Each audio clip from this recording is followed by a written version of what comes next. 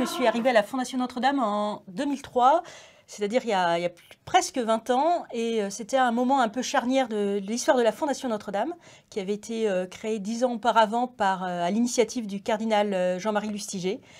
Le cardinal avait souhaité élargir l'objet de la Fondation, qui était initialement de soutenir des projets de solidarité, d'éducation et de culture à Paris. Donc il y avait une colonne vertébrale à la Fondation Notre-Dame qui était de financer de multiples projets, petits et grands, à Paris et intramuros. Et dès 99, comme il a initié la création de la chaîne KTO, bien, il avait souhaité qu'au sein de la Fondation Notre-Dame se développe une collecte pour faire appel à la générosité du public au bénéfice de KTO. Est-ce que vous trouvez que la voix de l'Église était absente? Enfin, il fallait absolument une chaîne catholique? Oui, alors ça c'était pour moi un débat long, parce que je voyais bien que la télévision c'était un des chemins de la civilisation contemporaine. Et pendant très longtemps, je m'étais dit, ce qu'il faut c'est y être présent. Et y être présent comme on est présent sur une place publique. Et la télévision, je vois pendant les années 80, donnait cette possibilité. Voilà, à la fin là, on pourrait faire Et après KTO, le deuxième très grand projet, et qui nous a poussé d'ailleurs à devenir Fondation Abritante, ça a été le Collège des Bernardins, puisque à partir de 2004-2005, s'est organisée une collecte considérable pour financer la rénovation de ce bâtiment historique en plein cœur de Paris, afin qu'il devienne un vrai lieu d'échange et de dialogue entre l'Église et la société.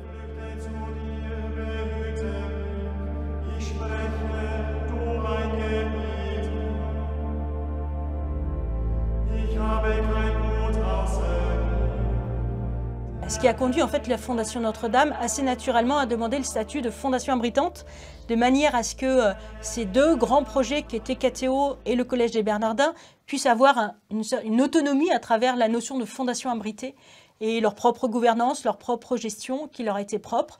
Et c'est ainsi qu'en fait nous sommes devenus une pépinière de fondations. On a aujourd'hui une soixantaine de fondations abritées, avec aussi bien des fondations qui ont été créées par des diocèses, par des congrégations, que par des associations, ou surtout depuis 2011 par des particuliers, un couple, une famille, une personne seule qui décide d'affecter une partie de son patrimoine à la fondation.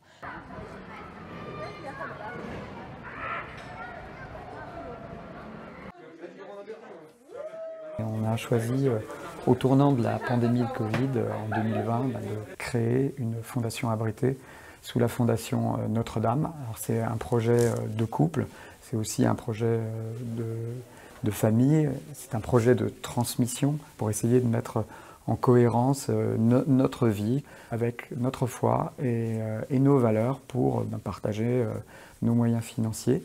Voilà, on a des projets que nous soutenons, sont des projets qui nous tiennent à cœur, c'est des projets qui nous parlent. Donc l'éducation, les projets en lien avec les jeunes, et en particulier les jeunes en situation de handicap.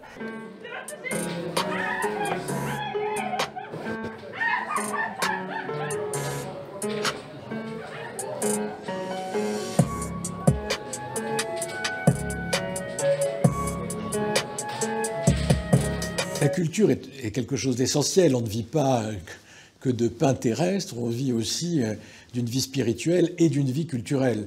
Et donc la Fondation est très engagée aussi sur les questions de culture. Les vieilles pierres font partie aussi de cette culture, ça fait partie de la transmission. Entretenir notre patrimoine est quelque chose d'essentiel aussi. Enfin, je crois qu'on ne vient pas de nulle part. Et bien sûr, la charité pour les vivants d'aujourd'hui est importante, mais inscrire ça aussi dans une vision qui a une histoire a son importance. Donc, entretenir les vieilles pierres. L'entente avec les équipes chargées du patrimoine à la ville a très bien fonctionné au fil des années et continue de très bien fonctionner.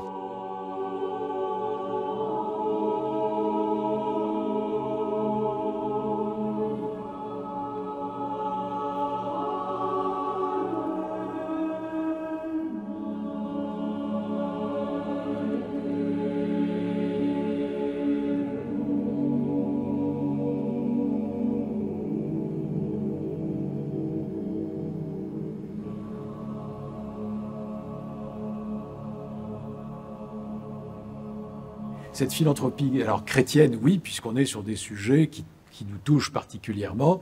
La notion d'entraide, de charité, évidemment, c'est au cœur des valeurs chrétiennes.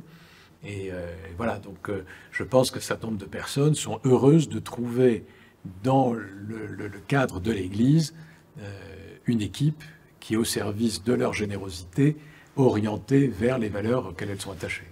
Alors, je vous présente un projet aujourd'hui à Saint-Joseph-Artisan.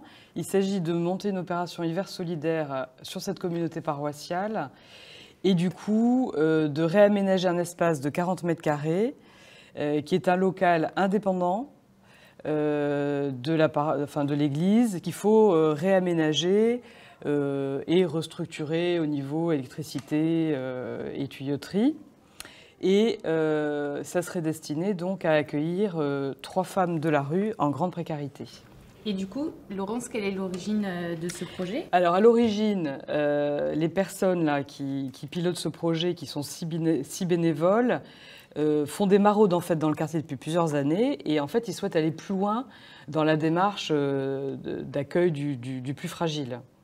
C'est pas loin de Stalingrad, de la porte de la Chapelle, donc c'est vraiment un territoire dans Paris où la pauvreté est beaucoup plus développée qu'ailleurs. C'est les chiffres de la nuit de la solidarité, oui, c'est ça? Oui. Okay. Vous voyez, donc là, on a la grande salle qui est divisée en 3 espaces. Un espace de lieu de vie avec le couchage, une tisanerie et un coin sanitaire avec toilette et douche indépendantes. Au total, c'est un budget de 44 300 €, sachant qu'ils nous demandent 37 500 €. Donc, on contribuerait à hauteur de 85%. Ils ont pu, eux, récolter des dons à hauteur de 4 500 €. Voilà. Et nous, ce qu'on paiera, enfin, ce que la Fondation paierait, ce serait vraiment les factures des travaux d'électricité, de plomberie, les murs et l'achat de mobilier. C'est un beau budget. Maintenant, c'est quand même que pour 3 personnes, quoi. Alors, c'est sûr, c'est que 3 femmes qui seront accueillies chaque hiver, mais l'opération, elle va se répéter d'année en année. Donc, en fait, sur 10 ans, ça fera quand même un nombre important de femmes. Et après, la spécificité d'Hiver solidaire, c'est d'accueillir les personnes le mieux possible. Donc, là, ils ont choisi d'en accueillir 3 parce qu'ils ne peuvent pas en accompagner plus de 3. C'est le début, c'est la première fois, voilà. Donc il faut bien qu'ils connaissent, voilà. Faut qu'ils apprivoisent le projet, qu'ils comprennent l'accompagnement et peut-être qu'ensuite... Et l'objectif, c'est de les réinsérer, c'est-à-dire qu'ils ont une durée assez courte puisque c'est que 3 mois, et l'objectif, c'est de pouvoir, à l'issue de ces 3 mois, leur trouver un hébergement, c'est-à-dire qu'elles ne retournent pas à la rue. Et en règle générale, ça marche? Oui, parce que sur les opérations précédentes d'Hiver solidaire, on a remarqué un taux avoisinant 70% de réussite. Alors quand je dis réussite, c'est qu'à l'issue de l'opération, des personnes trouvent une solution d'hébergement. Si vous en êtes d'accord, du coup, on le passe au bureau pour que les administrateurs de la Fondation Notre-Dame puissent statuer. Oui, 27 septembre. Parfait. Non, c'est très bien. Ok, merci beaucoup. Il est bon de rappeler que la Fondation Notre-Dame fête ses 30 ans et elle a été créée, comme je l'ai dit, pour toutes ces œuvres d'entraide, d'éducation, de culture et puis de soutien d'un certain nombre d'autres actions avec les fondations abritées.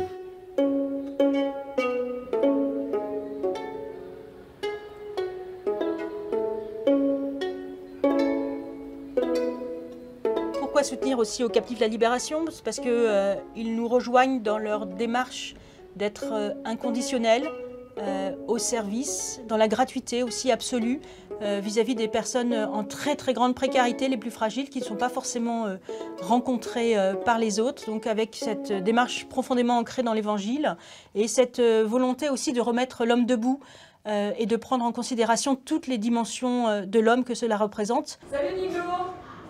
Bonjour! Ça va? Et vous? Comment vous allez bien? Bah ça va. Ça fait plaisir de vous voir. Bah moi aussi. Et...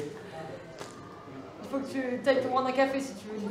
Je vais aller prendre un petit café. T'as envie d'un petit café? Oui. Allez, tu peux y aller. Bon. Et puis après, je mettrai de la musique. Ouais, super, allez, vas-y, fais ça. Hein? Et tu puis nous feras une petite ambiance. après, je vais me faire engueuler.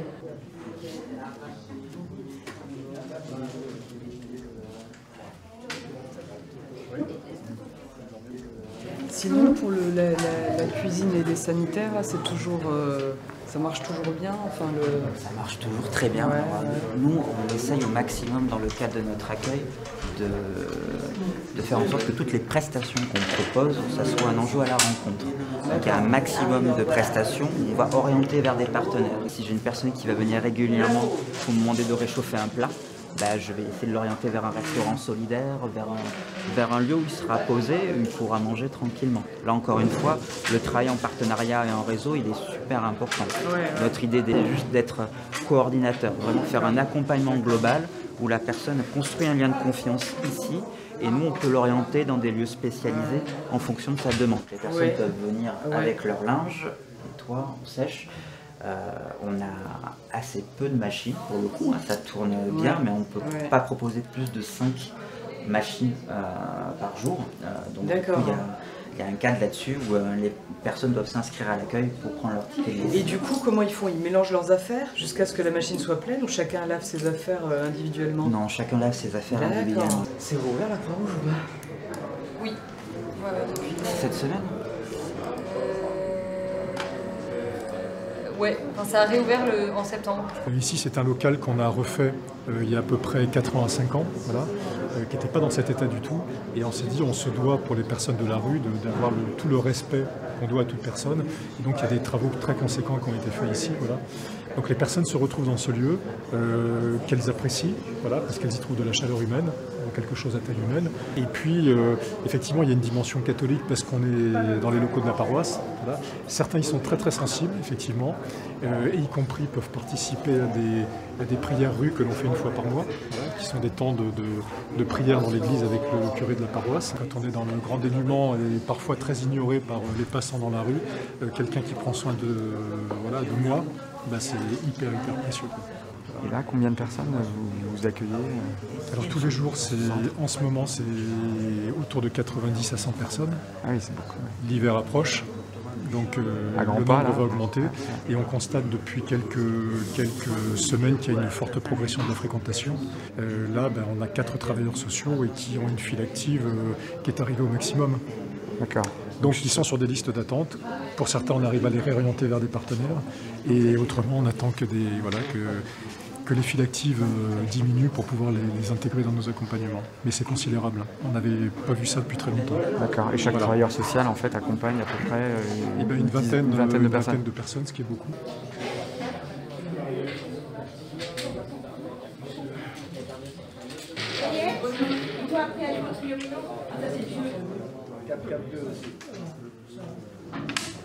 Il y a dans les activités d'église des tas de petits projets qui sont aussi très, très importants. Alors les petits projets, parfois, ça peut être un camp de jeunes l'été avec des jeunes qui ont besoin d'être aidés financièrement. Ça peut être des chorales qui ont besoin d'être soutenus et la maîtrise de la cathédrale d'ailleurs profite aussi de ce type de financement.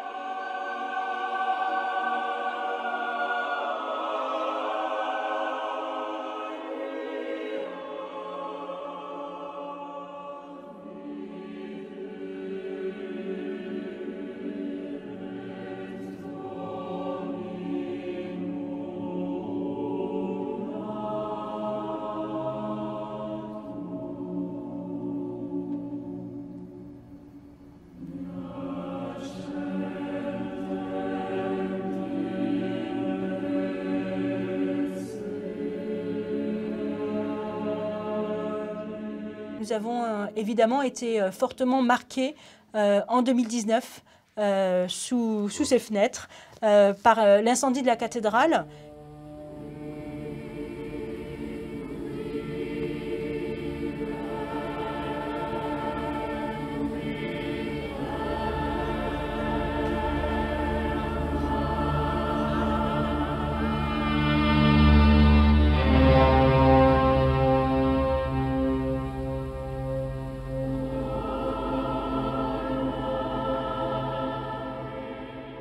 L'incendie est arrivé en 2019.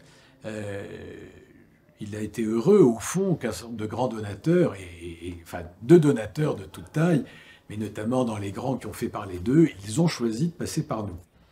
Publiquement, plusieurs grands donateurs, les 2 plus grands, sont passés par nous. Et c'est un choix heureux qui a une symbolique forte. C'est-à-dire que ces personnes-là ont choisi de faire confiance à une fondation créée dans l'Église pour venir en aide à un bâtiment qui a quand même comme première fonction d'être une église, une cathédrale catholique, et pas juste un bel édifice qui fait partie du patrimoine culturel mondial.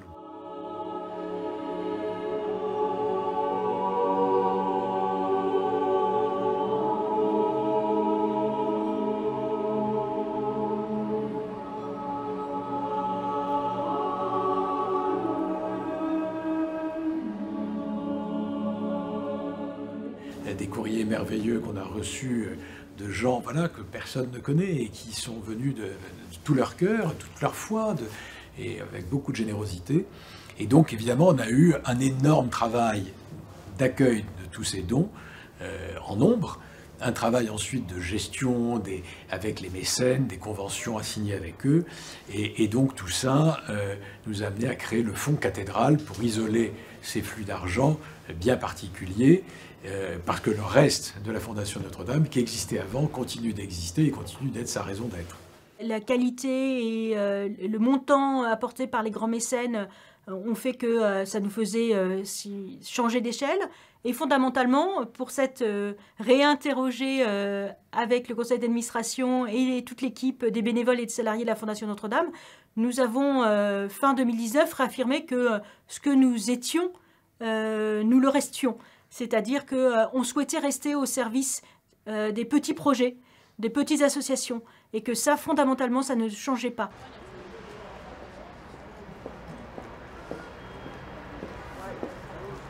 165 ans d'histoire, c'est la maison des jeunes. Ils savent que c'est connecté à la paroisse, que c'est un lieu chrétien ouvert à tous. Voilà. Puis une autre caractéristique de la maison des jeunes dans le quartier, c'est la mixité sociale.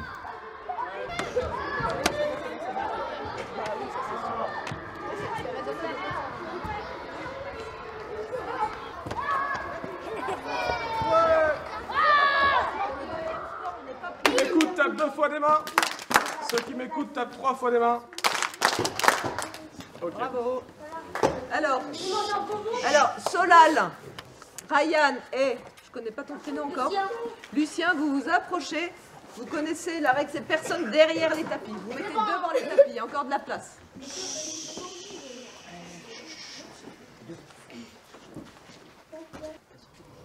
Cette inculturation d'une tradition qui est salésienne au départ, c'est Don Bosco. Hein. Alors, eux, ils appellent ça le mot à l'oreille, mais c'est le même principe, c'est-à-dire c'est un petit mot éducatif qu'on dit au quotidien. Et ce mot du jour, il est un peu le cœur de notre démarche d'éducation intégrale, qui est vraiment au cœur de notre projet éducatif. Et ça y est, ça rentre dans les mœurs. De même que pour les plus grands, les engagements, on leur demande de s'engager. Un ado qui vient faire quoi que ce soit de l'aide aux devoirs, du foot, des échecs ou je ne sais quoi ici, en fait, on lui demande de prendre 3 engagements dans différents domaines de la vie, domaines plus intellectuels de culture générale, de service, de spiritualité, confessante ou de culture religieuse, qui leur permettent de grandir, de se construire dans toutes les dimensions de leur personne. On court et on va taper dans la main du copain pour qu'il se prépare, d'accord? Hop!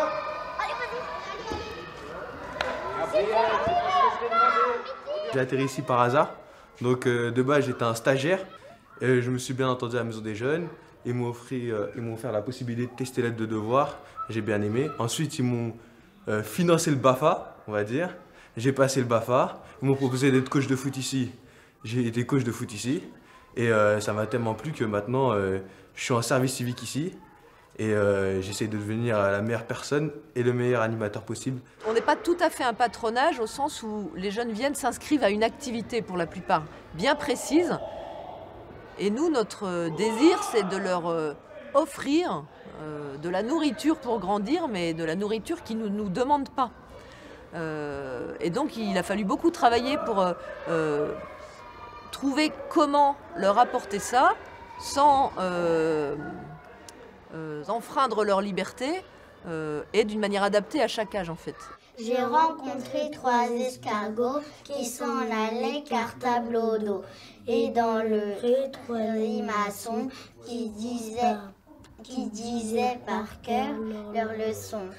C'est ce corbeau que je vois dessiner là-haut, de belles lettres au tableau, Maurice Carême. Il y a l'orchestre qui démarre super bien aussi. Okay. C'est 3 fois par semaine, hein, c'est énorme. Okay. On va voir comment ça tient dans le temps, mais pour l'instant, ils sont là, fidèles au rendez-vous. Ils commencent à toucher les violons. Et normalement, je pense que ce soir, ils vont commencer à pouvoir les emporter chez eux. Ok, excellent. Et premier concert dans 1 mois. En fait, la pédagogie fait qu'ils donnent un concert par mois. Samba. Et bonne posture là. Attends, c'est pas comme ça que. Tu sais bien comment, tiens. La bonne posture. Bah oui. Mais c'est bon. Ça c'est bon. Oui. Oui. Je pense qu'il y a une équipe un peu providentielle qui s'est mise en place et où chacun à sa place était capable de faire advenir ce projet. En fait, il y avait des problématiques multiples, des problématiques financières, de sécurité, éducative, pastorale. Le bâtiment, il y a des problèmes multiples qui à un moment ont rendu nécessaire d'avoir une approche globale et il s'agissait d'une refondation du lieu. Alors dans l'esprit historique du lieu, avec des aménagements qui tiennent au contexte et puis à nos envies, mais c'était vraiment une refondation globale. C'est un miracle qu'on ait réussi ce projet. Voilà. Incroyable, ça c'est un grand jour. Hein. Ça c'est classe, une belle ville, c'est super classe. Ah, partir avec le violon sous le bras là. Belle ville. Ah oui, ça va. L'école ne disparaît pas parce que le violon commence. Narcisse, t'as ton carton? Moi, je l'ai laissé chez moi. D'accord. Allez, à bientôt, à demain.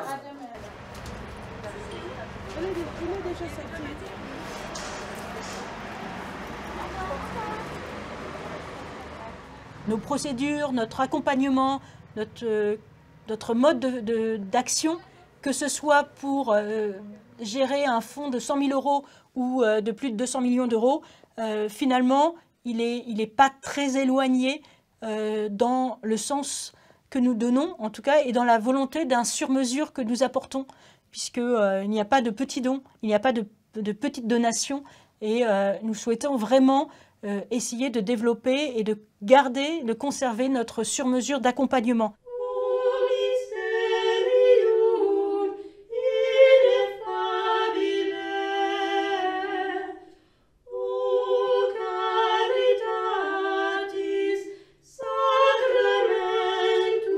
Nous sommes appelés, en fait, comme dit le pape François, à regarder une nouvelle pauvreté avec les yeux du cœur.